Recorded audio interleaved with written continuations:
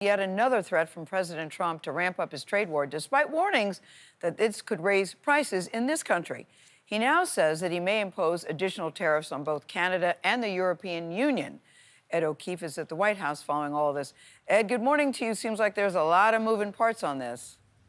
There sure are, Gayle. Good to see you. The White House faces even more pressure from around the world as the president's tariff war continues. This time, it's Canada putting 25% reciprocal tariffs on nearly $21 billion worth of American imports, including steel, computers, and sports equipment. Those tariffs come as the Canadian finance minister and Ontario's top leader are set to be in Washington today to meet with the Commerce Secretary to try to wind down this trade war.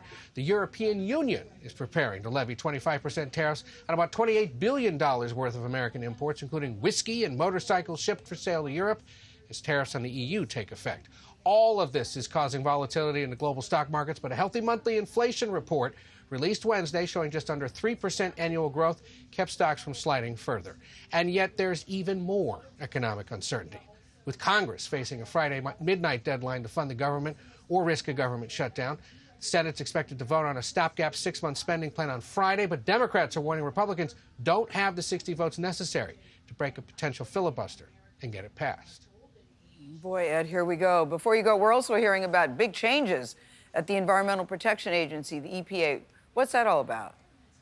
Yeah, it looks like the EPA is on the verge of rolling back much of its signature work of the last few decades. EPA Administrator Lee Zeldin writing in the Wall Street Journal that the goal is, quote, driving a dagger through the heart of climate change religion and rolling back trillions of dollars in federal regulations. This means reconsidering a 2009 finding that greenhouse gases are bad for public health, plus dozens of other environmental rules regulating the oil and gas industry, rules for coal-powered fire plants, and for regulating air pollution that causes haze and vehicle emissions. The administrator says his agency isn't backing off its mission of environmental protection.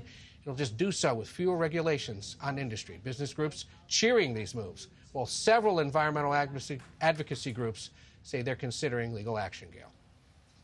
All right, Ed, thank you very much.